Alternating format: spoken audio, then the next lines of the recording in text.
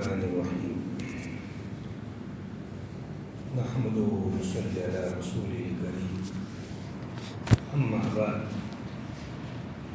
أعوذ بالله من الشيطان الرجيم بسم الله الرحمن الرحيم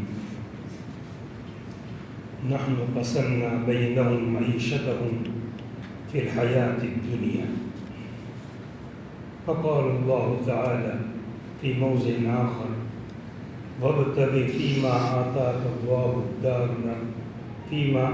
الله الدار الآخرة ولا تنس نصيبك من الدنيا وأحسن كما أحسن الله إليك ولا تبغ الفساد في الأرض. وقال النبي صلى الله عليه وسلم التجار يحشرون يوم القيامة فجارا إلا من اتقى وبر وصدق أو كما قال عليه الصلاة والسلام.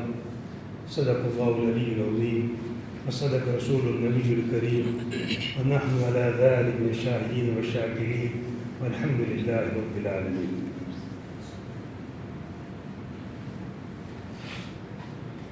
محترم عزیز دینی بھائیوں، آج کی جو مجلس کا جو موضوع ہے قصد حلال روزی کا کمانا، اس کی مختلف شکلیں ہیں. جیسے مثلاً ان شکلوں میں سے ایک شکل تجارت کی ہے کہ آدمی کیا کرے، تجارت کرے، یہ اچھی چیز ہے. ملازمت کرے، یہ بھی کمانے کی چیز ہے. تجارت بھی مختلف چیزوں کی ہوتی ہے.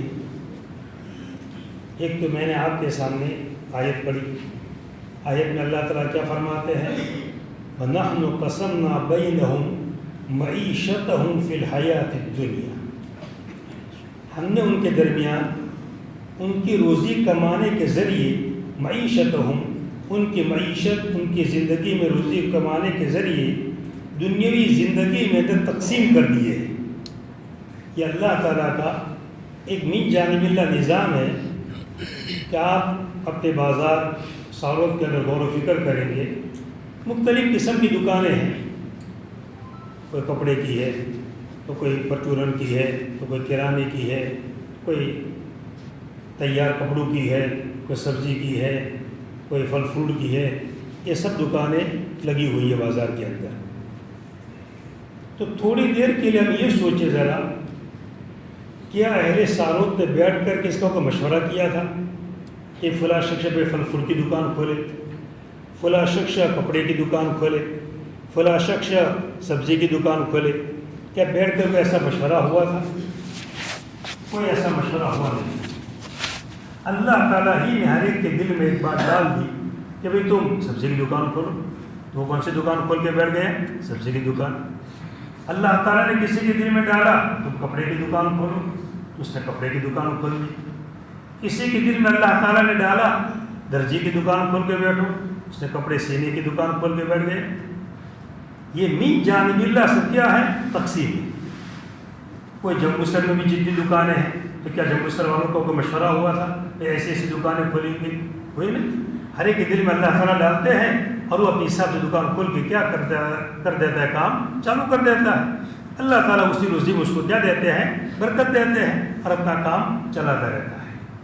تو ان چیزوں پر ذرا غور کرنا ہے، یہ نظام کس کی طرف سے چل رہا ہے، اس پر اصل توجہ کرنا ہے. اس لیے کہ ہمارے خانقاہوں کا مقصد صرف یہ ہے کہ ہمارے دل کس سے جڑ جاوے؟ اللہ تعالیٰ سے.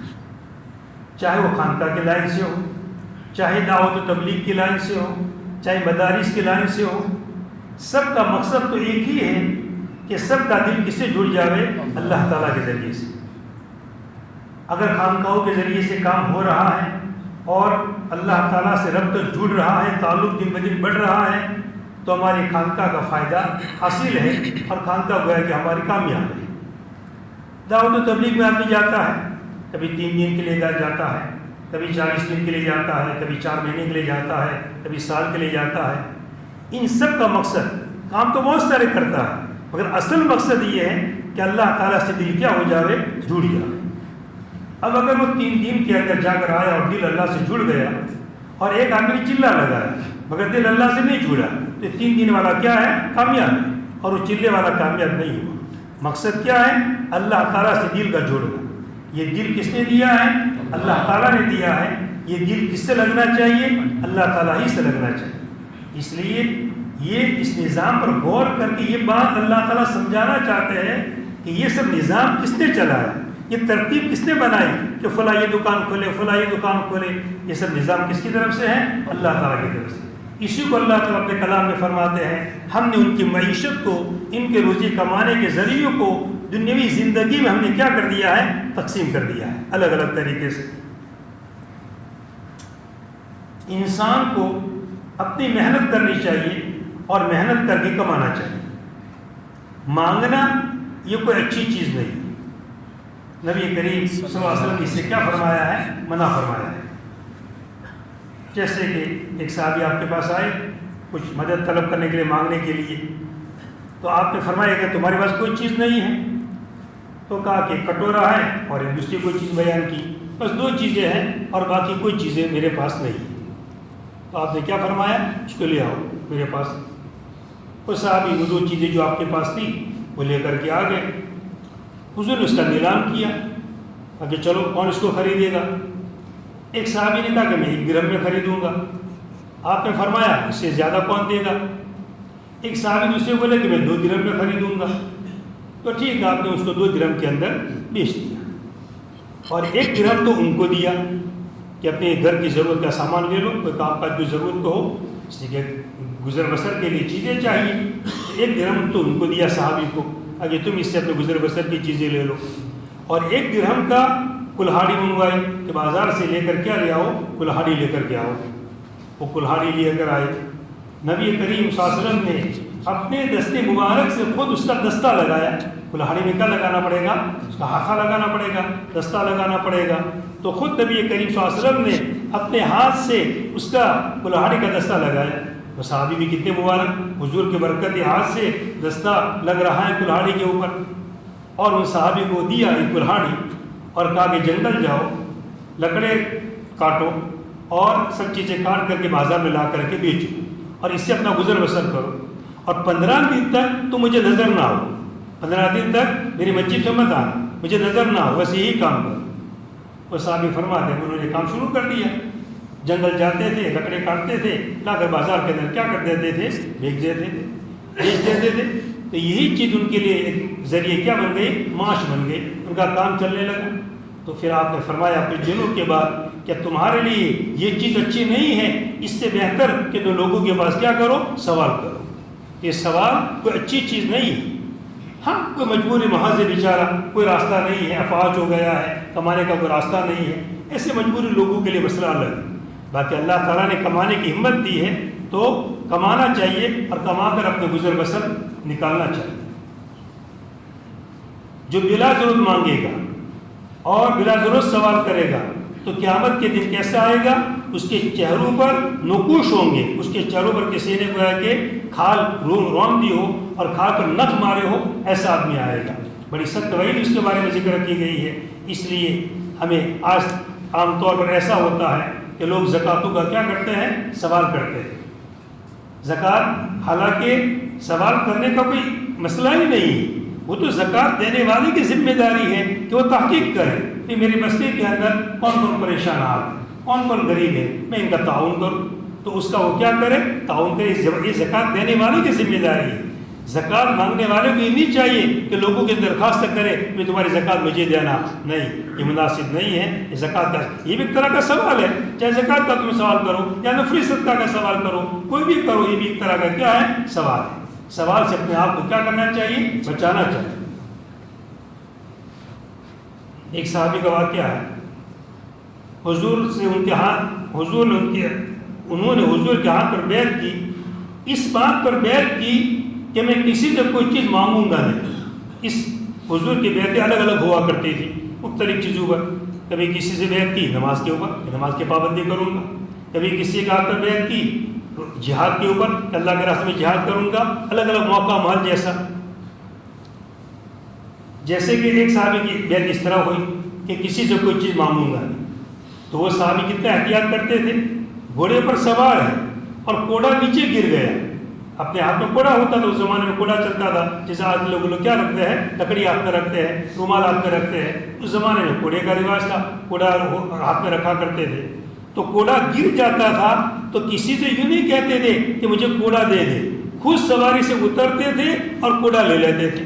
جیسے ہمارے ہاتھ سے رومال گر گیا، کبھی تو کیا کہتے ہیں دے دینا، تو نہیں، حضور سے بیعت ہوئی تھی کسی سے کوئی چیز مانگنا نہیں ہے، یہ بھی ایک طرح کا مانگنا ہے. اس سے نیچے خود اترتے تھے اور اتر کر کیا لیتے تھے، کوڑا لیتے تھے. یہ حضور کی بیعت کا اثر، کہ حضور کے ہاتھ پر کیا ہوئی ہے، بیعت ہوئی. اس سے مانگنا یہ بہت ہی دور کی چیز ہے، بالکل. ایک صحابی کا دوسرا واقعہ ہے. ایک صحابی نے حضور کے ہاتھ پر بیعت کی، یہ بیعت میں یہ الفاظ کہے کہ میں سب کی خیر خواہی کروں گا، میں سب کی کیا کروں گا، لکل مسلم، ہر مسلمان کے ساتھ تم کیا کرنا، خیر خواہی کرنا. حضور نے اس پر بیعت کی. ان صحابی نے وعدہ کر لیا میں تمام مسلمانوں کی کیا کروں گا، خیر خواہی. اب حضور سے وعدہ ہو گیا. اب یہ دیکھنا یہ ہے کہ صحابہ اپنے بیعت پر کیسے پابند رہتے ہیں. آج بھی لوگ بیعت کرتے ہیں اپنے شیوخ سے، کسی بڑے اللہ والے کے پاس جاتے ہیں تو بیعت کرتے ہیں. پھر دیکھیں اپنا زندگی، کیا آپ کی زندگی میں کوئی تبدیلی آتی ہے بیعت کے بعد؟ کچھ بھی نہیں. جیسے پہلے زندگی بسر ہو رہی تھی ایسے آج بھی زندگی بسر ہو رہی ہے. نہیں، بیعت کے بعد کیا آنا چاہیے، انقلاب آنا چاہیے، فرق پڑ جانا چاہیے. یہ بزرگان دین جو اللہ والے ہوتے ہیں، جو بیعت کرتے ہیں، اور بیعت میں نماز کی پابندی کا کہتے ہیں، روزی کی پابندی کہتے ہیں، گناہ کی چھوڑنے کے بارے میں کہتے ہیں، عقائد صحیح کرنے کے بارے میں کہتے ہیں، بڑی بڑی چیزیں بیان کر دیتے ہیں بیعت کے اندر. اب آدمی کی ذمہ داری ہے کہ ان چیزوں کو اپنی زندگی اندر کیا کرے، اپنا. تو ان صحابی نے کس پر بیعت کی، میں ہر لوگوں کی کیا کروں گا، خیر خواہی کروں گا. اب خیر خواہی دیکھیے کیسے کر رہے ہیں صحابی. ایک دفعہ ان کو گھوڑے کی ضرورت پیش آئی اور اپنے غلام کو 300 دراہم دیے اور یہ کہا، اپنے غلام کو کہا کہ ایک گھوڑا لے آؤ بازار سے، خرید کر کے ایک گھوڑا لے آؤ. اب ان کا غلام جو نوکر تھا وہ گیا بازار کے اندر گھوڑا خریدنے کے لیے. تو ایک گھوڑا پسند آیا، وہ گھوڑا لے کر کے آ گئے اور جس کا گھوڑا کا مالک اس کو بھی ساتھ میں لیا آئے تاکہ ان کو پیسے دے دے. اور 300 دراہم کی بات چیت کی. کتنے دراہم کی، 300 دراہم کی بات چیت ہوئی تھی. تو کہا کہ گھوڑا آ گیا ہے، دیکھ لیجیے، اور یہ مالک بھی آ گیا ہے، اس کو پیسے دے دیجیے. گھوڑا دیکھا انہوں نے تو کہا کہ تمہارا گھوڑا تو اچھا لگ رہا ہے، بڑا قیمتی دکھ رہا ہے، یہ تو 400 دراہم کا ہے. کہا کہ 400 دراہم دے دیجیے، کیا حرج ہے اس کے اندر، بات تو 300 کی ہوئی تھی، مگر وہی یوں کہہ رہے ہیں کہ گھوڑا تمہارا کتنا دکھ رہا ہے، 400 کا. پھر دیکھا برابر، کہا کہ تمہارا گھوڑا تو کتنے کا دیکھ رہا ہے، 500 کا دیکھ رہا ہے. کہا کہ 500 دے دیجیے، بہت اچھا، کیا حرج ہے اس کے اندر. اس طرح بڑھاتے گئے اور 800 دراہم تک گئے. کتنے تک، 800 دراہم. اور اس کو کتنے دیے، 800 دراہم. کہ یہ گھوڑا حقیقت کے اندر 800 دراہم کا تھا، وہ تو 300 میں دے رہا ہے مجبوری کی وجہ سے. بازار میں بعض دفعہ چیز کو آدمی مجبور ہو جاتا ہے، بیچنے کے لیے نہیں بکتی ہے تو سستے دام میں بھی کیا کرتا ہے، آدمی دے دیتا ہے. تو اس کا حقیقت میں گھوڑا. اور میں نے کیوں ایسا کیا، وہ ثابت کوئی آدمی کیا کہ دیویوں کو بھی وہ 300 میں دینے تیار تھا اور 800 دیے، کیوں خامخواہ زیادہ دیے. تو پھر صحابی نے فرمایا کہ میں نے کیوں کیا، اس کی وجہ بتاؤ. میں نے حضور کے ہاتھ پر کیا کی تھی، بیعت کی تھی کہ ہر مسلمان کی میں کیا کروں گا، خیر خواہی کروں گا. تو یہ کیا ہے، خیر خواہی تھی. اس کا گھوڑا حقیقت میں 800 ہی کا تھا. اس لیے جو مجھے لگا کہ حقیقت میں اس کی قیمت کتنی ہونی چاہیے، یہ تو آدمی سستا بیچ رہا تھا، ایک مجبوری کی وجہ سے بیچ رہا تھا، ورنہ باقی اس کی حقیقی قیمت کتنی تھی، 800 تھی. تو جہاں تک مجھے لگا اتنی اس کی قیمت میں نے کیا دے دی، پوری دے دی. تو یہ ہے صحابہ کا معمول کہ جو بیعت حضور نے جو کہہ دیا ختم، اس کی ان کی بات پر پورا عمل حضور کی بات پر. اسی لیے صحابہ تھے اور پوری دنیا پر انہوں نے حکومت کر کے دکھائی. ایک دوسرا واقعہ، نبی کریم صلی اللہ علیہ وسلم خطبہ دے رہے تھے منبر کے اوپر، سب لوگ آ رہے تھے، کچھ لوگ کھڑے تھے. تو آپ نے کیا فرمایا، بیٹھ جاؤ. حضرت عبداللہ کے مسعود رضی اللہ تعالیٰ راستے میں آ رہے تھے اور حضور کی آواز کان میں پڑی کہ بیٹھ جاؤ. وہی بیٹھ گئے راستے میں. بس حضور نے کہہ دیا بیٹھ جاؤ، ختم ہو گئی بات، اب ایک قدم میں آگے نہیں بڑھ سکتا ہو، وہی بیٹھ گئے. یہ ہے صحابہ کا عمل کہ حضور نے جو بات کہہ دی. اب ان چیزوں کو ہماری ذات پر ذرا ہمیں غور کرنا ہے، ہمیں ذات سے ملانا ہے. کیا ہمیں حضور کا اتباع ایسا حاصل ہے، ہم حضور کی باتوں پر ایسا عمل کر رہے ہیں؟ اب سیدھی بات ہے کہ کہ جب صحابہ وہ عمل کرنے والے تھے تو ان کی زندگی کی نوعیت الگ تھی، پورے ملک اور دنیا پر حکومت کر کے دکھلا دی۔ اب آج مسلمانوں کے بعد حکومت ہے تو کیسی حکومت ہے؟ نام کی حکومت ہے، دوسرے کے غلام اور چیلے بنے ہوئے ہیں، حقیقت میں کچھ بھی نہیں۔ اور یہ اس کی وجہ یہ ہے کہ ہم نے حضور کا اتباع کیا چھوڑا، اس لیے ہمیں ذلت بھگتنی پڑتی ہے اور ہمیں پریشان ہونا پڑتا ہے۔ حضور کی اتباع، حضور کے نقش قدم پر چلنے والے بن جاوے تو وہ دن جو صاحب، اس سے اللہ کی قدرت تو اس وقت بھی وہی تھی اور آج بھی اللہ کی قدرت وہی ہے۔ اللہ کی قدرت میں کوئی فرق نہیں پڑتا ہے، اللہ کی طاقت، اللہ اپنی ذات میں اللہ ہے، وہ قادر مطلق ہے۔ اس وقت بھی ایسی قدرت تھی اللہ تعالیٰ کی اور آج کی تاریخ کے اندر بھی اللہ تعالیٰ کی ایسی قدرت ہے۔ کوتاہی کس کی طرف سے ہے؟ ہماری طرف سے۔ چلیے خیر ہے، تو بیچ میں کچھ اور باتیں بھی آ گئی ایک نصیحت کے انداز کے اندر۔ اصل بات تو کس پر چل رہی تھی؟ کسب حلال۔ حدیث میں ذکر کیا گیا کسب الحلال، طلب و کسب الحلال فریضۃ من بعد الفریضہ۔ حلال روزی کا کمانا، حلال روزی کا کمانا یہ فرض ہے ایک فرض کے بعد۔ کون سے فرض کے بعد؟ نماز، روزہ، زکوٰۃ، حج، یہ اولین فرض ہے۔ نماز روزہ تو سب کے ذمے ہے، زکوٰۃ مالدار کے ذمے ہے، حج زیادہ پیسے آ گئے حج میں جا سکتا ہے تو حج بھی کرنا پڑے گا، نہیں ہے پیسے کچھ مسئلہ نہیں، اگر آ گئے پیسے تو حج میں بھی جانا پڑے گا، پیسے آ گئے زکوٰۃ بھی دینی پڑے گی۔ نماز روزہ تو ہر ایک پر ہے، یہ پہلا فریضہ ہے۔ اور اس کے بعد دوسرا فریضہ کیا ہے؟ کسب الحلال، حلال روزی کمانا۔ اس کو حضور نے کیا قرار دیا؟ فرض قرار دیا، فریضۃ من بعد الفریضہ۔ یہ روزی، حلال روزی کمانا اس لیے کہ اللہ تعالیٰ نے انسان کو پیدا کیا ہے تو انسان کے ساتھ میں تقاضے بھی لگے ہوئے ہیں۔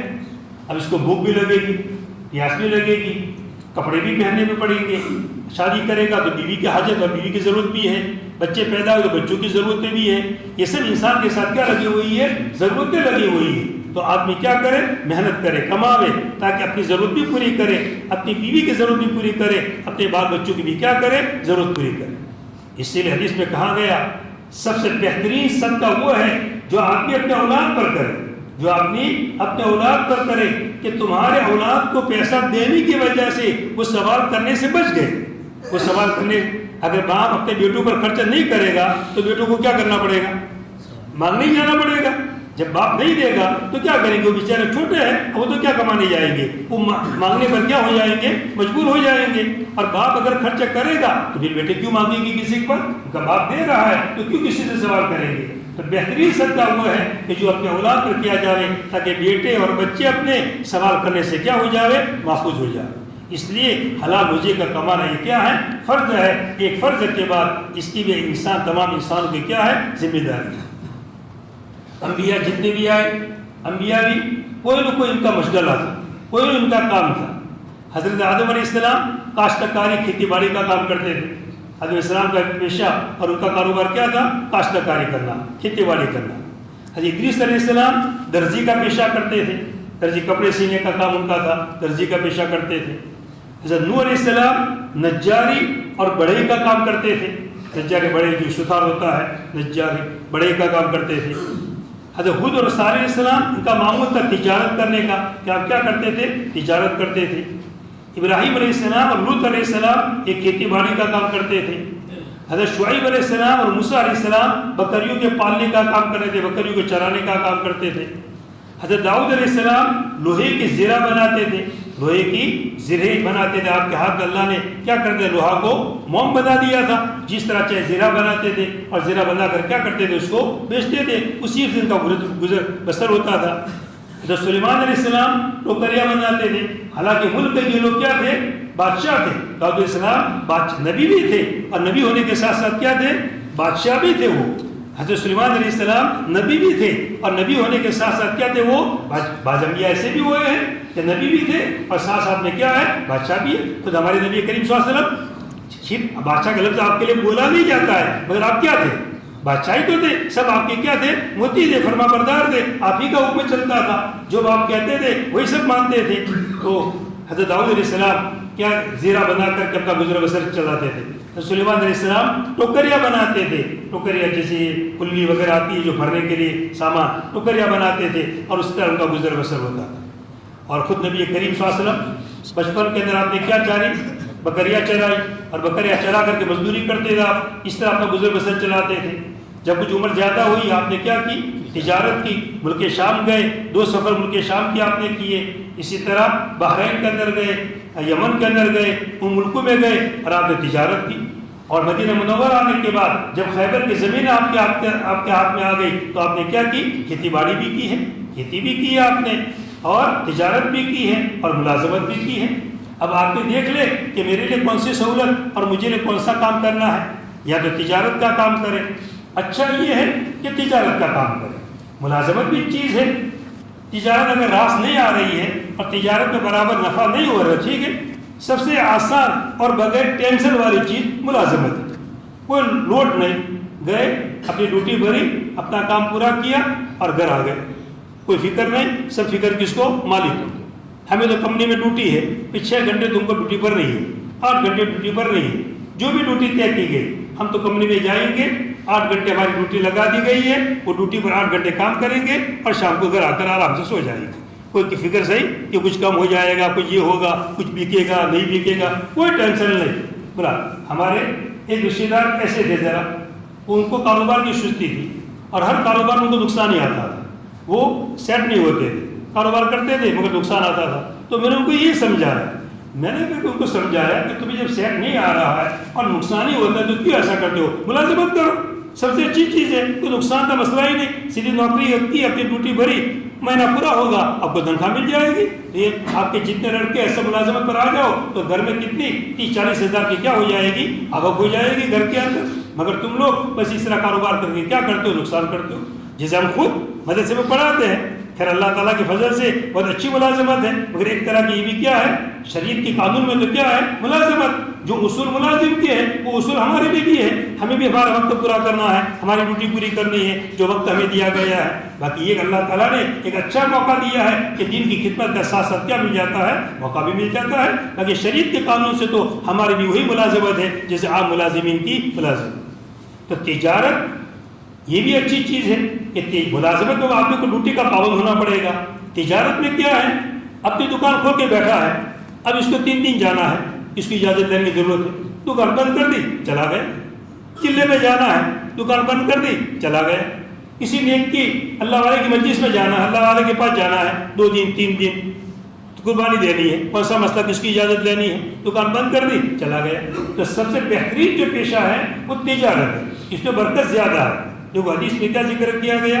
فرمایا نبی کریم صلی اللہ علیہ وسلم نے 9 اعشار الرزق فی التجارت والعشر فی المواشی، رزق کے 9 حصے تجارت میں ہے، رزق کے 9 حصے تجارت میں ہے اور 10واں حصہ جانوروں کے اندر، اور 10واں حصہ جانور۔ بعض لوگ یہ کام کرتے ہیں، جانور پالتے ہیں، بکرا فارم بناتے ہیں، بھینسیں لاتے ہیں، اس طرح بھی لوگ اپنا گزر بسر کرتے ہیں، مختلف چیزیں ہوتی ہیں۔ تو تجارت یہ اچھی چیز ہے۔ خود ہمارے چھاپی کے اندر ایک ایسے عامی آدمی ہیں، تو عالم تعلیم نہیں ہے، مگر اللہ کے فضل سے ہر سال ان کے 4 مہینے لگتے ہیں، دکان ہے، اپنی دکان پر کبھی ایسا کرتے، پہلے تو بند کر دیتے تھے، مگر ابھی انہوں نے دوسرا آدمی ایک نوکر رکھ دیا ہے، ایک اپنے بھائیوں کو ساتھ میں کر دیا ہے، تو اپنے بھائی کو بٹھا دیتے ہیں اور وہ 4 مہینے چلے جاتے ہیں۔ ہر سال ان کے 4 مہینے لگتے ہیں پابندی سے۔ دکان حالانکہ کوئی بڑی بھی نہیں ہے، معمولی دکان ہے، اسی پر ان کا گزر بسر چلتا رہتا ہے اور 4 مہینے پابندی سے دیتے رہتے ہیں۔ اس لیے اپنی دکان تجارت ہوتی ہے تو کوئی آدمی کسی کا تابع نہیں ہوتا ہے، خود مختاری سے آدمی کام کرتا ہے۔ ہاں باقی یہ بھی ضروری ہے تجارت کے اندر کہ آدمی پابندی سے کام کرے، ایسا بھی نہیں ایک دن کھولے ایک دن نہ کھولے، جی چاہے تو جاوے جی چاہے تو نہ جاوے، یہ بھی ٹھیک نہیں۔ یہ بھی کاروبار میں کیا کرنے والی چیز ہے؟ نقصان کرنے والی چیز ہے۔ لوگ کیا کہیں اسی دکان تو بنی رہتی ہے، چلو کون جاتا ہے، کوئی چیز لینے کا ارادہ کیا اور دیکھا اسی دکان تو کیا رہتی ہے؟ بنی رہتی ہے، چلو اسی دکان سے لے لیں، اسی دکان کو آئے گا ہی نہیں۔ اس لیے ہاں خواہ ضروری چیز ہے، آپ رخصت کر سکتے ہیں اور آپ چھٹی کر سکتے ہیں، باقی خواہ کبھی سستی ہے نہیں گئے ایسا نہیں ہونا چاہیے۔ تو ایک تو آپ کے سامنے آیت پڑھی تھی میں نے، اس کا مطلب آپ کو سمجھایا، ایک دوسری آیت کی ہے اور اس کو بعد میں سمجھاتا ہوں۔ پہلے حدیث جو پڑھی تھی وہ حدیث آپ کے سامنے آ جائے۔ نبی کریم صلی اللہ علیہ وسلم فرماتے ہیں التجار، تجارت کرنے والے، ان کا قیامت کے دن حشر ہوگا فجارا، کیسے حشر ہوگا؟ فاجروں کے ساتھ، فاسقوں کے ساتھ ان کا حشر ہوگا۔ الا من اتقى وبر وصدق، مگر وہ تاجر جس نے تقوی اختیار کیا اور نیکی اختیار کی، وصدق، اور کیا بولا؟ سچ بولا، امانت داری سے اس نے کاروبار کیا. تو حدیث میں پہلے ذکر کیا گیا کہ تجار جو ہوں گے اس کے ساتھ اٹھیں گے فجار. ایک حدیث ایک طرف یہ حدیث یہ بھی ہے، اور دوسری حدیث بھی سن لو، التاجر الصدیق الامین مع النبیین والصدیقین والشہداء والصالحین. وہ تاجر جو صدوق الامین، سچا اور امانت دار ہے، وہ کس کے ساتھ ہوگا؟ انبیاء کے ساتھ، صدیقین کے ساتھ، شہداء کے ساتھ. کیا کوئی کم درجہ ہے تاجر دکان کا کاروبار کرتا ہے، دکان کھول کے بیٹھا ہے، اور درجہ کتنا اونچا، کس کے ساتھ ہوگا؟ وہ انبیاء کے ساتھ، شہداء کے ساتھ. مگر شرط کیا لگائی؟ 2 شرطیں لگا دی.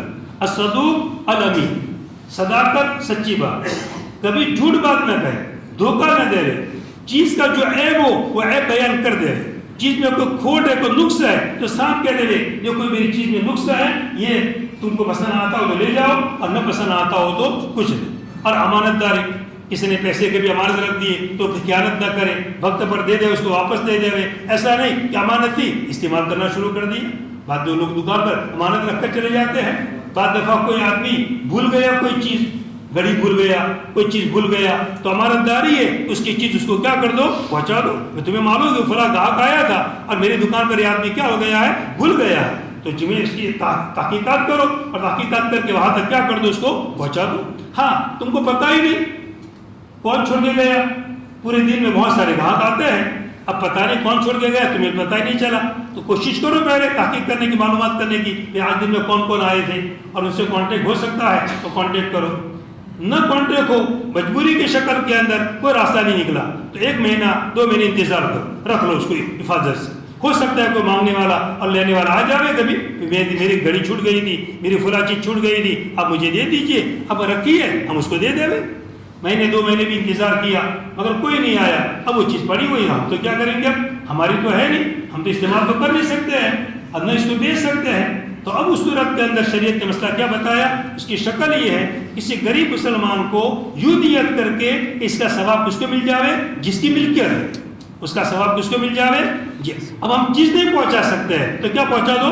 ثواب پہنچا دو. کیا پہنچا دو؟ اگر مسلمان ہے تو اس کو کیا مل جائے گا؟ ثواب مل جائے گا. اور اگر غیر ہے تو اللہ تعالیٰ دنیا میں اس کا کوئی کام نکال دیں گے، دنیا میں اس کا فائدہ ہو جائے گا. اور مسلمان ہوگا تو اس کو آخرت میں کیا مل جائے گا؟ ذخیرہ. مگر یہ چیز ذہن میں رکھنا، اگر آپ نے صدقہ کر دیا اور پھر بعد میں آ گیا، وہ 2 مہینے کے بعد آپ نے صدقہ کر دیا اور پھر وہ 4تھے مہینے میں آیا، یہ فلاں چیز میری یہاں رہ گئی تھی اور میں بھول گیا تھا، وہ لاؤ، اور آپ کیا کر چکے ہیں؟ صدقہ کر چکے ہیں. تو آپ اس سے درخواست کیجیے کہ میں صدقہ کر چکا ہوں، آپ کی اجازت ہو تو ٹھیک ہے، نہ ہو تو میں اس کے پیسے دے دوں. پھر آپ کے اگر وہ مان گیا اور اس سے کہا ٹھیک ہے چلو آپ نے صدقہ کر دیا، مجھے منظور ہے، اسے منظور کر لیا تو فبیہا.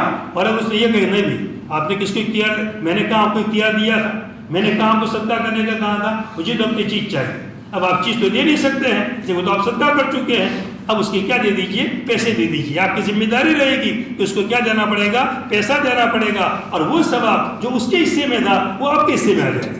وہ ثواب کس کے حصے میں آ جائے گا؟ اب آپ کے حصے میں آ جائے گا. اب ثواب آپ صدقہ کا ثواب آپ کو مل جائے گا. اس سے تجارت کرنا صداقت کے ساتھ اور امانت کے ساتھ یہ بہت بڑی چیز. دوسری حدیث میں ذکر کیا گیا جو تاجر جو صادق الامین ہے وہ عرش کے سائے کے نیچے ہوگا. عرش کے سائے کے نیچے کتنی بڑی فضیلت. 7 لوگ ایسے ہیں جس کے میں نے مستقل ایک دفعہ تعلیم بھی کی تھی کہ 7 لوگوں کو عرش کا کیا ملے گا؟ سایہ ملے گا. اس کی تفصیل کے ساتھ بیان کیا تھا. اس میں ایک وہ جوان بھی ہے کہ جو عبادت ہی میں بڑا ہوا، اس نے پورا وقت کس میں گزارا؟ عبادت میں گزارا. تو اسی طرح وہ تاجر جو صادق الامین ہے اس کو بھی کہاں سایہ ملے گا؟ عرش کے سائے کے نیچے. اس لیے تاجر لوگوں کے لیے فضیلت بھی، اور ساتھ میں یہاں پر وعید بھی، فاجر ہونے کا بھی ذکر کیا گیا. مگر اللہ کے اگر استثناء کر دیا، جو کیا اختیار کرے گا؟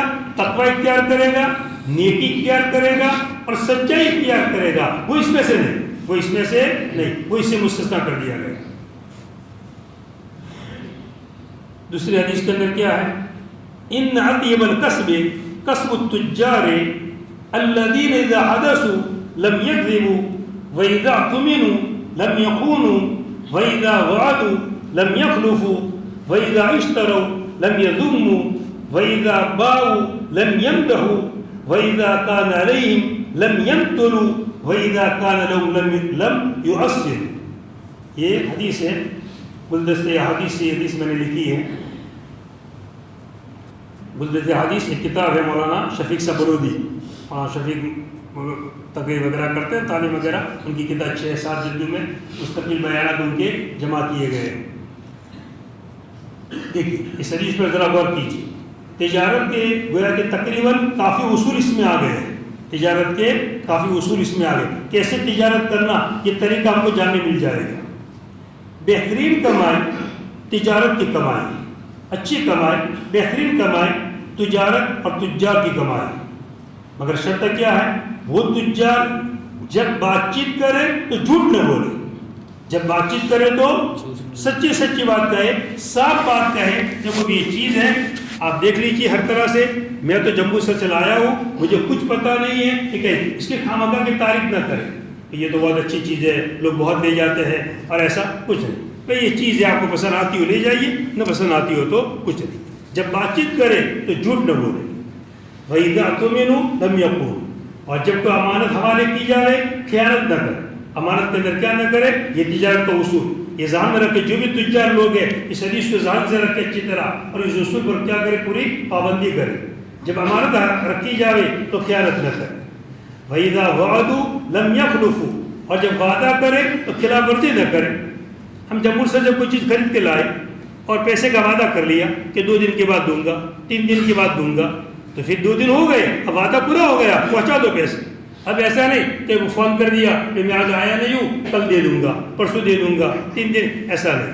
جو وعدہ کیا اب وعدہ کی خلاف ورزی مت کرو، اس کا وعدہ کیا کرو، پورا کرو. اسی طرح جو بھی دکاندار جو بھی ہے کسی لائن کا بھی وعدہ کرے، جو بھی کسی گاہک کو کہہ دیا کوئی چیز اس کو خریدنے آیا، چیز ہمارے پاس نہیں تھی، چلو کل تم کو لا کر دے دوں گا، تو کل کا وعدہ کر لیا تو کل ہم اس چیز لا کر کیا کرتے ہیں، اس کو دے دے رہے. ہاں مجبوراً نہیں ملی، ہم گئے لینے کے لیے مگر ملی نہیں وہ چیز، تو مجبوری ہے، ہم اسے اس طرح کر سکتے ہیں کہ میں تو گیا تھا بازار میں لینے کے لیے مگر نہیں مل سکی، اس سے مجبوری ہے، اب آئندہ دیکھوں گا میں. وہ الگ مسئلہ ہے، مجبوری یہ الگ چیز ہے. باقی خام کا جھوٹا وعدہ کرے، کل دینا ہے نہیں مگر خام کا کہہ رہا کل دوں گا، پرسوں دوں گا، ایسے جھوٹے وعدے آدمی نہ کرے. جب وعدہ کرے تو خلاف ورزی نہ کرے. اور جب خریدے چیز کو، سننا برابر دھیان سے، جب خریدے تو برائی نہ کرے. جب خریدے تو دکان پر خریدنے گیا، اب چیز کی برائی کر رہا ہے، بیکار چیز ہے، کام کی چیز ہے، کون لیتا ہے اس کو، کوئی بھی نہیں لیتا ہے، تو میں ہی لے رہا ہوں کہ میں پسند کر رہا ہوں، بھائی کوئی نہیں لے گا تیری چیز، دے دے مجھے. وہ بھاؤ کم کرانے کے لیے ایسی باتیں کر رہا ہے. خام کا چیز کی کیا کر رہا ہے، برا بیان کر رہا ہے، خراب ہے، اچھی نہیں ہے، یہ تو مجھے لے جانا ہے مجبوری، اس سے میں لے جاتا ہوں اور میں بھی نہ لیتا، ایسی باتیں کرتا ہے. تو یہ حدیث میں صاف کہہ دیا گیا جب خریدے تو برائی بیان نہ کرے. برائی کیوں بیان کرے گا، بھاؤ کم کرانے کے لیے. اب وہ آدمی کہتا ہے 100 روپیہ، اب وہ کیا کہے گا، خراب چیز ہے، اب کہتا 80 میں دے دے، 70 میں دے دے، تو اس لیے کیا کرے گا، وہ برا بیان کرے گا. تو جب خریدو تو کسی چیز کی برا بیان نہ کرو. وَإِذَا بَاعُوا لَمْ يَمْتَرُوا. اور جب کسی چیز کو بیچو تو تعریف مت کرو. چیز بیچ رہا ہے اب اس کی تعریف کر رہا ہے، بہت بڑھیا ہے، ایسی ہے ویسی ہے، کتنے لوگ لے گئے ہیں، اور اچھی چیز مارکیٹ کے اندر بہت بڑی ویلیو ہے اور بہت مانگ ہے اس کی، تو اب تعریف کر رہا ہے. ایسی جھوٹی تعریف دے کرنے کی، جو حقیقت ہے صاحب کہہ دے بھئی یہ چیز ہے، آپ کو پسند آتی ہے تو لے لو، نہ پسند آتی ہو تو کچھ نہیں. اس لیے جب بیچو تو تعریف مت کرو. کیوں تعریف کرے گا، تاکہ قیمت زیادہ آئے، تاکہ قیمت آدمی سامنے والا تعریف کروں گا تو چیز کے پیسے کیا دے گا، وہ زیادہ دے گا، ایسی تعریف مت کرو. وَإِذَا كَانَ عَلَيْهِمْ لَمْ يَمْتُلُوا. اور جب ان کے اوپر کوئی پیسہ قرضہ ان کے اوپر ہو تو ٹال مٹول نہیں کرتے. کسی کا قرضہ ان کے اوپر ہے، کسی کا ان کے اوپر دینے کا نکلتا ہے. جیسے دکان ہوگی، تجارت دکان، تو دونوں طرح کے مسئلے ہوں گے، لینے کا بھی ہوگا اور دینے کا بھی ہوگا. کچھ بڑے تاجروں کے پاس کیا ہوگا، دینے کا ہوگا، اور گاہکوں کے پاس سے کیا ہوگا، لینے کا ہوگا. دونوں چیزیں ہوگی. تو ان کے اوپر اگر قرضہ ہے اور ان کو دینے کا نکلتا ہے تو ٹال مٹول نہ کرے، جلدی سے دے دے. جلدی سے کیا کرے، دے دے، ٹال مٹول نہ کرے. وَإِذَا كَانَ لَهُمْ. اور جب ان کے لیے ہے، ان کو لینے کا نکلتا ہے، ان کو کیا کرتا ہے، لینے کا نکلتا ہے. لَمْ يُعَسِّرُوا. تو کیا نہ کرے، سختی نہ کرے. کیا نہ کرے، سختی نہ کرے. بلکہ ایک حدیث میں ذکر کیا گیا، جو قرض دار کو مہلت دے دے گا اس کو بھی عرش کا سایہ ملے گا. اس کو بھی عرش کا کیا ملے گا؟ سایہ ملے گا. اس لیے اگر ہم مانگتے ہیں تو سختی مت کرو, اس کو کہو میں ہمارے پیسے باقی ہیں تم دے دو ذرا, کیوں نہیں دے رہے ہو؟ اب اس نے کہا کہ میں پرسوں دوں گا پرسوں دوں گا, اس نے وعدہ کیا تو ٹھیک ہے کہہ دو, دیکھ لو وعدہ کلا بھی مت کرنا, دے دینا 3 دن کے بعد. اچھی طرح نرمی سے بات کرو, سختی نہیں. لے جاتے ہو, بھول جاتے ہو, دینے نہیں آتے ہو, یہ سڑکے والی زبان میں تم پیسے باقی ہے تمہارے, پیسے ذرا ہمارے دے دو. اس نے دے دیے, ختم ہو گئی بات. نہیں دیے, کل پرسوں کا وعدہ کیا, 2 دن کا وعدہ کیا, تو ذرا نرمی سے سمجھاؤ, دیکھو بھائی تم وعدہ کرتے ہو مگر وعدے پر تم دیتے نہیں. پہلے بھی ایسا ہوا ہے کہ تم نے وعدے پر دیے نہیں, ایسا مت کرنا. وعدے پر پیسے کیا کر دینا, نرمی سے بات. ہماری زبان کیا ہونی چاہیے؟ نرم ہونی چاہیے زبان. تاکہ کی زبان اگر نرم ہوگی, میٹھی زبان ہوگی, اس کی دکان زیادہ چلے. آپ تجربہ کر لیجیے دکانوں کا کہ جن کی زبانیں کیا ہوتی ہے؟ اچھی ہوتی ہے, میٹھی زبانیں ہوتی ہے, ان کی دکانیں ماشاءاللہ کیا چلتی ہے؟ اچھی چلتی ہے. اور بعضوں کی زبانیں کیا ہوتی ہے؟ ترچھی ہوتی ہے اور تیز ہوتی ہے, لوگ وہاں جانا پر پسند کرتے نہیں. چلیے دوسری حدیث.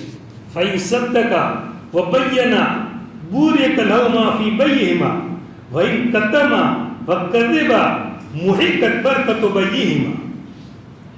اگر دونوں نے سچی بات کی, بھائی اور مشتری, بھائی اور ایک بیچنے والا اور ایک دو آدمی ہوں گے, ایک گاہک ہوگا اور ایک بیچنے والا ہوگا. دونوں نے سچی بات کہی اور صاف صاف بات کی. اس نے پیسے دینے کے اندر بھی صاف صاف بات کہی, اس نے چیز دینے کے اندر بھی کیا کی؟ صاف صاف بات کی. تو ان کے لیے ان کی بے میں برکت دی جائے گی. ان کے لیے ان کی بے میں کیا دی جائے گی؟ برکت دی جائے گی. اور اگر انہوں نے کوئی عیب چھپایا اور جھوٹ بیانی سے کام لیا, دونوں نے, مشتری نے جھوٹ بیانی سے کام لیا یا بائی نے جھوٹ بیانی سے کام لیا, یا کوئی عیب چھپایا, بائی نے چھپایا یا مشتری نے چھپایا. ایک نوٹ پھٹی ہوئی تھی, بنڈل میں رکھ دی اور پکڑا دیا بنڈل کے اندر ساتھ, حالانکہ اندر ایک نوٹ کیسی تھی؟ پھٹی ہوئی. تو کیا دینا چاہیے؟ بھائی اندر ایک نوٹ پھٹی ہوئی ہے, ذرا دیکھ لو, تمہیں پسند ہو تو لے لو ورنہ واپس کر دو. بعد میں ایسا کرتے ہیں, پھٹی ہوئی نوٹ ہے تو بنڈل میں گھسا دیتے بیچ کے اندر تاکہ اس کے ساتھ کیا ہو جائے؟ چلی جائے. تو غلط طریقہ ہے. سانپ کہہ دو تم نے رکھی ہے, تم کو معلوم ہے کہ میں نے سے غلط نوٹ رکھی ہے, تو کیوں چھپا رہے ہو؟ تو اگر چھپایا یا یہ کہ جھوٹ بولا تو ان کی بے کی برکت مٹا دی جائے گی, ان کی بے کی برکت مٹا دی جائے گی. اب دیکھ کے ہم تجارت کرتے ہیں اور برکتیں نہیں ہوتی ہیں تو خود ہم سوچ لیں ہم کیا سچائی کے ساتھ اور امانتداری کے ساتھ کاروبار کرتے ہیں کہ نہیں کرتے ہیں. ہم کریں گے کیونکہ برکت یہ بہت بڑی چیز ہے. دیکھو پیسے زیادہ ہو کہ نہ ہو مگر برکت اگر آ گئی تو بہت بڑا فائدہ. آپ نے دن کے اندر ہزاروں روپئے کمائے مگر برکت نہیں ہے تو ہزاروں روپئے ایسے ہی جائیں گے, کہیں دوا میں چلے جائیں گے, کہیں کس میں چلے جائیں گے, پتہ نہیں کہاں چلے جائیں گے, آپ کو پتہ بھی نہیں چلے گا. اور اگر آپ نے 100 روپئے پورے دن میں کمائے مگر کیسے کمائے؟ سچائی کے ساتھ, امانتداری کے ساتھ, برکت والے پیسے آئے تو یہ 100 روپئے آپ کو 1000 کا کام کرے گا. آپ کے جیب میں 100 روپئے ہوں گے اور کتنے کام آپ کے کیا ہو جائیں گے؟ نکل جائیں گے. یہ اللہ تعالیٰ کی طرف سے کیا ہوتی ہے؟ برکت ہوتی ہے. تو برکت کا مطلب تھوڑے پیسوں میں کام زیادہ ہو جائے, تھوڑے پیسوں میں کام زیادہ ہو جائے. یہ اللہ تعالیٰ کی طرف سے کیا ہوتی ہے؟ برکت. اسی لیے نبی کریم صلی اللہ علیہ وسلم وضو کے بعد کیا دعا پڑھتے تھے؟ وضو کے درمیان ایک دعا ہے نا, پڑھتے ہوں گے نا, اللہم اغفر لی ذنبی ووسع لی فی داری وبارک لی فی رزقی. دیکھیے غور کیجئے کہ حضور کی دعائیں کو کم نہیں ہے. یہ کیسی کیسی دعا ہے؟ ہم تو ذرا غور ہی نہیں کرتے دعاؤں پر اور کبھی توجہ بھی نہیں کرتے پڑھنے کی طرف. وضو کے درمیان اگر دعا پڑھے گا تو اللہ تعالیٰ دیکھو کتنی دعائیں مانگی, 3 دعائیں مانگی. اللہم اغفر لی ذنبی, یا اللہ میرے گناہ کو معاف کر دے. آخرت کا مسئلہ آسان, گناہ معاف ہو گئے تو کیا ہوا؟ آخرت کا مسئلہ آسان. مغفرت ہو گئی تو آخرت کا مسئلہ آسان ہو گئے. ایک کام تو یہ بن گئی ہمارا, آخرت کا کام آسان ہو گئے.